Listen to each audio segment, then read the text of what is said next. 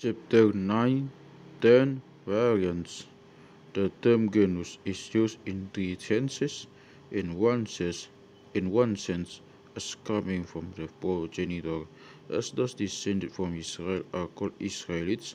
In the second sense, as coming from the place of origin, as those from Jerusalem are called Hierosolimites, and those from Palestine, Palestinians.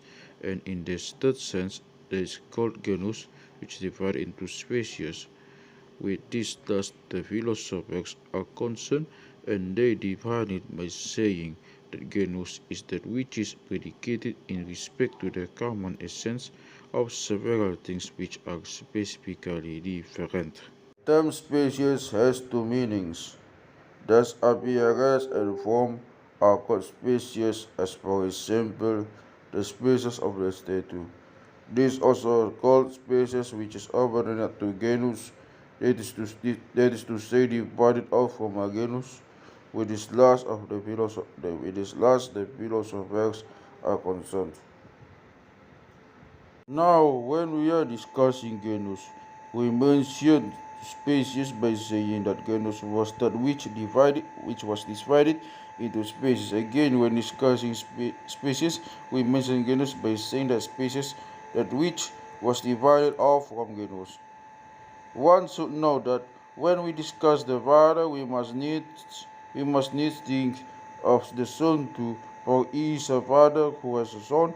When we discuss the Son, we must needs think of a Father too, for he is a Son who has a Father.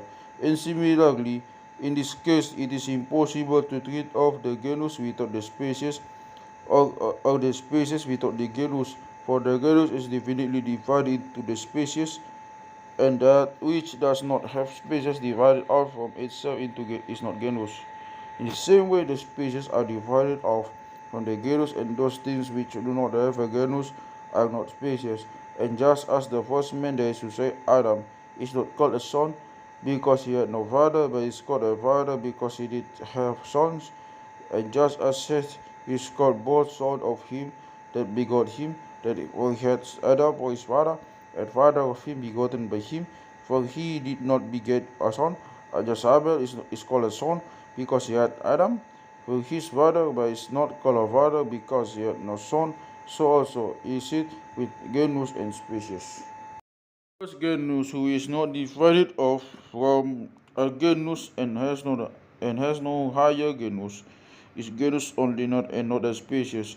This is called a most general genus, and they divide it by saying that the most general genus is that which, while it is a genus, it is not a species which again with a genus higher than itself. Those things which are divided off from this, if they have all the species lower than themselves and divided off from themselves, and the one species of those before them, that is to say higher than themselves, from which they are divided off, and genera of those divided off from themselves, that is to say of those which are lower than these are called subaltern genera and species. However, the species which are the last and the lowest, and which do not have any lower space, are not called genera but only species, because they have no lower spaces divided off from them.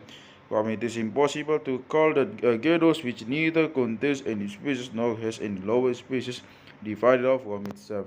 Therefore, the species which has no species is called a most specific species. One should know that a species must admit of the name and definition of the genus, and that the genus must admit of those its genus of this genus are, as well as the most general genus. The species, however, cannot admit of each other's definition. Substance is the first and most general genus, for even though substance and accident are divided from being, being is not their genus, and although they do not admit of the name of being, they do not admit of the definition. Being is defined as that which is either self-subsistent and without need of any other of existence, and of that which cannot exist of itself but has existence in another. Now, substance is a thing which is self-subsistent and without need of another of its existence, and it is that alone. Accident is a thing which cannot exist in itself but has its existence in another, and it is that alone. Thus neither substance nor accident admits of the entire definition of being, but substance admits of one half and accident of the other.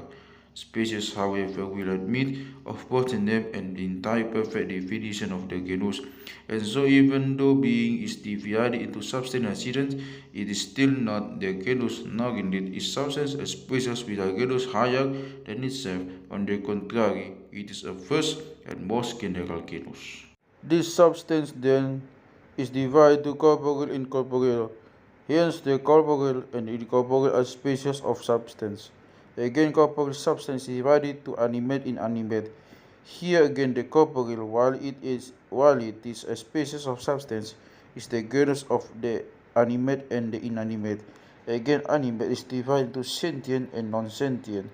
Now, the sentient is the animal because it has both life and sensation, but the non-sentient is the plant because it does not have sensation. The plant is called animate because it has the faculties of assimilating food, of growth, and of reproduction. Again, the animal is divided into rational and irrational. The rational is divided into mortal and immortal. The mortal is divided into rational men and irrational animals such as the horse, the dog, and the like. None of these last is divided into any further species. They are divided into individuals, this to say, individual substances. Thus, man is divided into Peter and Paul and John and all individual men who are not species, because species, as we have said, do not admit each other's definition. For example, the corporeal substance does not admit of the definition of the incorporeal. Man does not admit of the definition of the horse. But Peter and Paul and John do admit of one definition, that of man. And it is the same way with all other individual men. So these last are not species of men, but they are individuals, that is to say, hypostases. And when the species is divided, it communicates both its name and its definition to those lower than itself.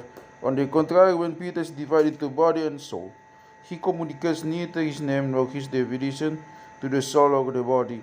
For neither is the soul alone Peter, nor is the body, rather is both together. Still further, every division of genus into species will go as far as 2 or 3, but very rarely to 4 species, because it is impossible for genus to be divided into 5 or more species. But man is divided into all individual men who are unlimited in number. For this reason, there are some who say that which is from species to individuals is not to be called division but enumeration. Whence it is clear that Peter and Paul and John are not species but individuals, that is to say, hypostases. Neither is man the genus of Peter and all of the other individual men, but the species.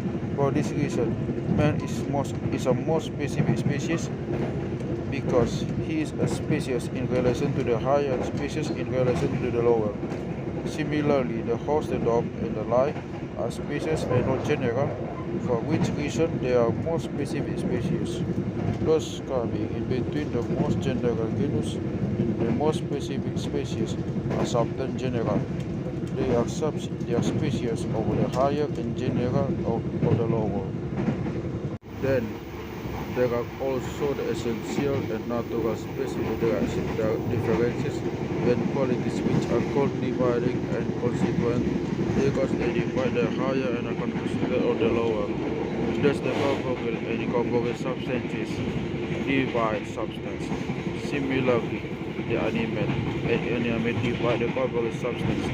Similarly, sentient and non-sentient divide the animate. This then go to make up the animal. So I take an animate sentient substance, and I have an animal because the animal is an animate sentient substance.